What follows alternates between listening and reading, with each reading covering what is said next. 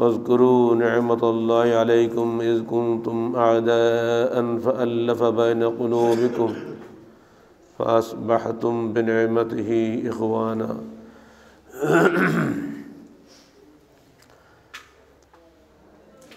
সম্মানিত মুসল্লিবৃন্দ,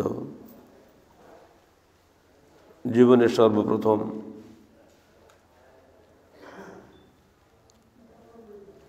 নিঝুম দ্বীপের এই স্থানে আসতে পেরে আমরা আল্লাহ পাকের শুকরিয়া আদায় করছি যে আমরা কখনোই এই অঞ্চলে আসি নাই। এজন্য আমরা সবাই আলহামদুলিল্লাহ।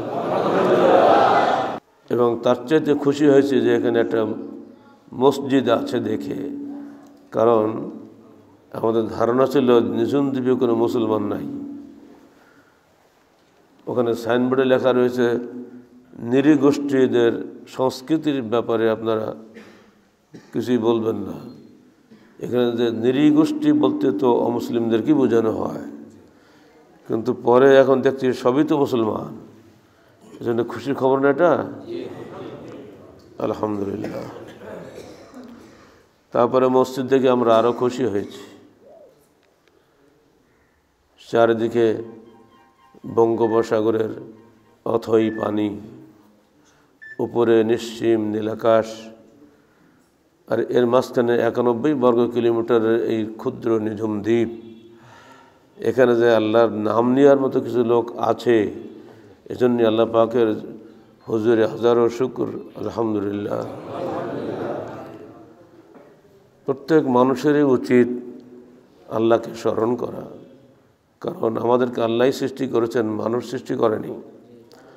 এখানে জীব জন্তু যা কিছু আমরা দেখছি সবই আল্লাহর সৃষ্টি, এবং এই দ্বীপটা সর্বোপরি আল্লাহর সৃষ্টি। এখানে মানুষের কোনো কিছুই নাই। 1970 সালের পরে আমাদের সরকার এখানে কিছু কাজ শুরু করে দিয়েছেন। এর আগে এর কোনো খবরই ছিল না। যেখানে মাত্র 4 জোড়া হরিণ দিয়ে এখানে কাজ শুরু করা হয়, এর এখন প্রায় 96 সালের হিসাব মোতাবেক 22,000-এর উপরে হরিণ আছে। মহিষ অসংখ্য তৈরি হয়ে গেছে, কারণ গাছপালা ছিল না। সরকারিভাবে চেষ্টার মাধ্যমে এখন কড়াই গাছের বিশাল সারি হয়ে গেছে। সেই সাথে মানুষেরও আবাদ হয়েছে। আমরা সব কিছুই আল্লাহর উপরে নির্ভরশীল। যে কোনো সময় এই দ্বীপ বিলুপ্ত হয়ে যেতে পারে, বিলীন হয়ে যেতে পারে। যেমন হাতিয়া দ্বীপের 2টি ইউনিয়ন বিলুপ্ত হয়ে গেছে। নিঝুম দ্বীপও যে কোনো সময় ইতিহাস থেকে হারিয়ে যেতে পারে। তো যতদিন আমরা এখানে আসি ততদিন আমরা আল্লাহ পাকের শুকরিয়া আদায় করব যে তার মেহেরবানিতেই এই দ্বীপের সৃষ্টি, তার মেহেরবানিতে এই দ্বীপে অসংখ্য গাছপালার সৃষ্টি, তার মেহেরবানিতে এখানে মুসলমানদের আগমন এবং আল্লাহ পাকের জিকির, আল্লাহ পাকের স্মরণ, সালাত ও সিয়াম হচ্ছে। এজন্য আমরা আল্লাহ পাকের প্রশংসা করে শেষ করতে পারবো না। আবারও বলি আলহামদুলিল্লাহ। আল্লাহ পাক বলছেন, ইয়া আইয়ুহাল্লাযীনা আমানু, হে ঈমানদারগণ, ওয়াতাসিমু বিহাবলিল্লাহি জামিআন ওয়া লা তাফাররাকু, তোমরা সবাই আল্লাহর রজ্জুকে ধারণ করো, বিভক্ত হয়েও না। ওয়াজকুরু নি'মাতাল্লাহি আলাইকুম, তোমরা স্মরণ রাখো তোমাদের উপরে যে আল্লাহর অনুগ্রহ ছিল। এই ইয কুনতুম আ'দাআন ফাআল্লাফা বাইনা কুলুবিকুম, একসময় তোমরা ছিলে পরস্পরের শত্রু, অতঃপর আল্লাহ তোমাদের অন্তরে মহব্বত ঢেলে দিয়েছেন। আর যে আল্লাহ পাকের মেহেরবানিতে এই মহব্বত পয়দা হয়েছে, সে আল্লাহ পাকের শুকরিয়া আদায় করো। আমাদের ঐক্যের ভিত্তি হলো হাবলুল্লাহ, আল্লাহর রজ্জু। হাবলুল্লাহ কি? সাহাবী আব্দুল্লাহ ইবনে মাসউদ রাদিয়াল্লাহু আনহু বলছেন, হাবলুল্লাহ হাবলুল্লাহ আল মামদুদ, আল্লাহর পক্ষ থেকে প্রেরিত রশি, সেটা হলো কোরআন। আর কোরআনের ব্যাখ্যা হলো হাদিস। বিদায় হজের ভাষণে রাসূলুল্লাহ সাল্লাল্লাহু আলাইহি ওয়াসাল্লাম আমাদের উদ্দেশ্যে যে কথাগুলো বলে গিয়েছেন, এটি আমাদের জন্য চূড়ান্ত নির্দেশিকা।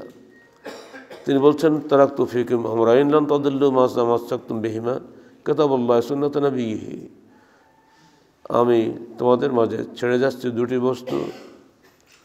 যতদিন তোমরা 2টি বস্তুকে মজবুতভাবে আঁকড়ে থাকবে, ততদিন তোমরা পথভ্রষ্ট হবে না। সে 2টি বস্তু হলো আল্লাহর কিতাব এবং তার নবীর সুন্নাহ। আর আল্লাহ পাক তার নবী সম্পর্কে বলছেন, ওমা ইয়ানতিকু আনিল হাওয়া ইন হুয়া ইল্লা ওয়াহয়ুন ইউহা। নবী কখনো নিজের খেয়াল খুশি মতো কথা বলতেন না। দিন বিষয়ক যাবতীয় কথা তার নিকটে ওহী করা হলেই তবে তিনি বলতেন। তিনি যেভাবে ইবাদত করেছেন আমাদের সেভাবে ইবাদত করতে হবে। তিনি যেভাবে সালাত, সিয়াম, হজ, যাকাত ইত্যাদি আদায় করেছেন সেইভাবে আদায় করার নির্দেশ তিনি আমাদেরকে দিয়ে গেছেন।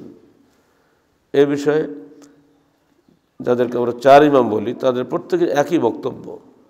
ইমাম আবু হানিফা রাহমাতুল্লাহ আলাইহির জন্ম হয়েছে ৮০ হিজরিতে।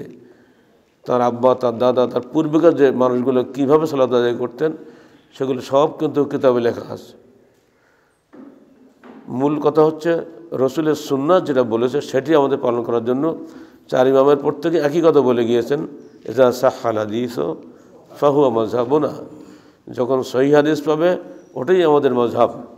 এই কথাটা ইমাম আবু হানিফা রাহমাতুল্লাহ আলাইহি বলছেন, ইমাম শাফি রাহমাতুল্লাহ আলাইহি বলছেন, ইমাম মালিক রাহমাতুল্লাহ আলাইহি বলছেন, ইমাম আহমদ বিন হাম্বল রাহমাতুল্লাহ আলাইহি বলেছেন।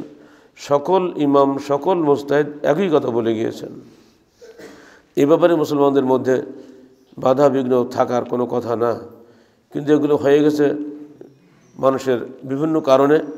এগুলোর সম্বন্ধে মৌলিক কারণ হচ্ছে আব্বাসীয় খলিফাদের সময় রাজনৈতিক কারণে।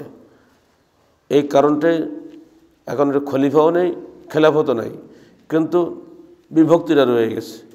আল্লাহ রসুলের নির্দেশ, কোরআন হাদিস যা আছে তাই মানো, যা নাই তা ছাড়ো। ওমা আতাকুমুর রাসূলু ফাখুযুহু ওমা নাহাকুম আনহু ফান্তাহু, সূরা হাশর ৭ আয়াত। আমার রসুল যা বলেন তা শোনো, যা নিষেধ করেন তা বর্জন করো। পাবেন কোথায়? হাদিসে। হাদিস ছাড়া অন্য কোনো আল্লাহ রসুলের বাণী পাওয়ার কোনো সুযোগ নাই। আর তিনি বলে যাচ্ছেন, দেখো মা খারাজা মিন্নি ইল্লা হাক্কুন, যার হাতে মোহাম্মদের জীবন নিহিত তার কসম করে বলছি মোহাম্মদের জবান দিয়ে কখনো মিথ্যা কথা বের হয় না। অতএব তিনি যে কথাগুলো বলেছেন সেগুলো সব সহিহ হাদিসে জাজ্জল্যমানভাবে এখনো ঠিক আছে আমাদের সামনে। অতএব আমাদের কর্তব্য হবে যে কোনো মূল্যে আমার আমলগুলোকে সংশোধন করা। ভুল হতেই পারে, মানুষ তো, আমরা বাপদাদা ভুল করতে পারে, বাপদাদা তো আমাদের কোনো দলিল না।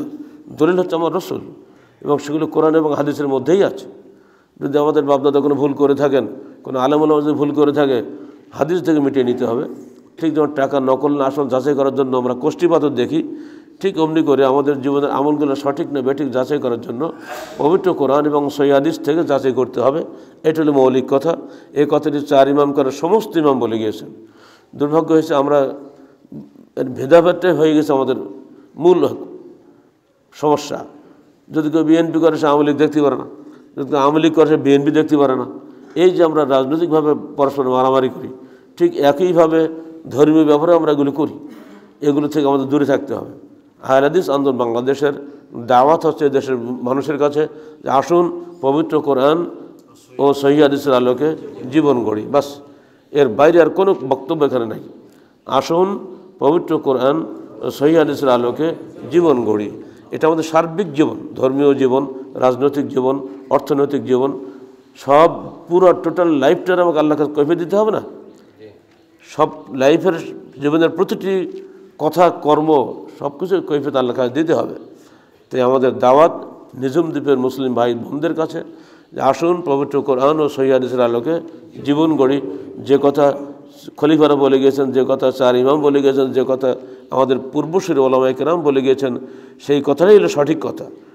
সব কথা লেখা আছে বইয়ে, কেতাব দেখবেন আপনারা দয়া করে। এগুলো আমরা ছোট্ট আকারে আমাদের বাংলাদেশের মুসলিমের জন্য বাংলা ভাষায় সালাতুর রাসূলের মধ্যে দিয়ে দিয়েছি, সব রেফারেন্স ওখানে দেওয়া আছে। আমরা আশা করি আপনারা আমাদের বিষয়টা বুঝতে পেরেছেন। আপনারা আমাদের শত্রু নন বা আমরা আপনাদের শত্রু নই, আমরা মুসলিম ভাই ভাই। এজন্য আল্লাহ পাক এই আয়াতের মধ্যে বলে দিচ্ছেন, খবরদার তোমরা যেন ফেলে আসা সেই দুশ্মনী আবার যেন জাগিয়ে তুলো না। আল্লাহ রসুলের নির্দেশ, ওয়ালা তাহাসাদু ওয়ালা তাহাসসু ওয়ালা তাকাতাউ ওয়ালা তাবাগাজু ওয়া কুনু ইবাদাল্লাহি ইখওয়ানা। তোমরা পরস্পরের সম্পর্ক ছিন্ন করো না, তোমরা পরস্পরের হিংসা বিদ্বেষ করো না, তোমরা পরস্পরের বিদ্বেষ ভাব পোষণ করো না, তোমরা পরস্পরের পিছনে পিছনে গুপ্তচরগিরি করো না, বরং তোমরা সকলে আল্লাহর বান্দা হিসেবে ভাই ভাই হয়ে যাও। এই যে আল্লাহ রসুলের অর্ডার, নির্দেশ, এই নির্দেশ প্রত্যেকটা মুসলমানের মানা কর্তব্য। আমরা আশা করব নিজুম দ্বীপে আমাদের জীবনের প্রথম সফর। আমরা আপনাদের সব আজ্ঞা আমলকে সম্মান করেছি, আপনাদের অনুমতি নিয়েই আমরা এখানে বসেছি। আপনারা নিষেধ করলে আমরা এখানে বসতাম না, কারণ একটু ভদ্রতা আমাদের তো থাকতেই হবে। সেজন্য আপনারা যেহেতু অনুমতি দিয়েছেন কথা বলার জন্য, এজন্য আমাদের মূল কথাটা খালি আপনাদের সামনে তুলে ধরলাম। আর যদি আপনাদের মনে চায় আমরা কিছু বই ওখানে দিয়ে যাব ফ্রি, আপনারা দয়া করে পড়ে দেখবেন আমরা সেখানে কি লিখেছি ডকুমেন্ট সহ। আর আবারও কখনো আসা হবে কিনা জানি না, যদি কখনো আহলে হাদিস ভাই এখানে আসেন তো আপনারা দয়া করে তাদের সঙ্গে খারাপ ব্যবহার করবেন না, সবসময় কিন্তু আসতেই থাকবে। যেহেতু আমরা নিজেরা এখন এসে গেছি, আমাদের দেখা দেখি কারণ আমাদের কর্মীরা বারবার কিন্তু আসতেই থাকবে।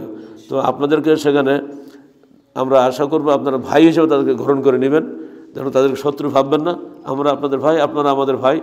রাজধানী ঢাকায় সবাইকে যেতে হয়, আমরাও আসি, আমাদেরও সেখানে লোকজন আছে, আপনারাও আসবেন। আমরা আপনাদের সম্মান করব সাধ্যমতো। আল্লাহ পাক মুসলিম উম্মাকে পরস্পর ভাই হওয়ার তৌফিক দান করুন। আসসালামু আলাইকুম ওয়া রাহমাতুল্লাহি ওয়া বারাকাতুহু।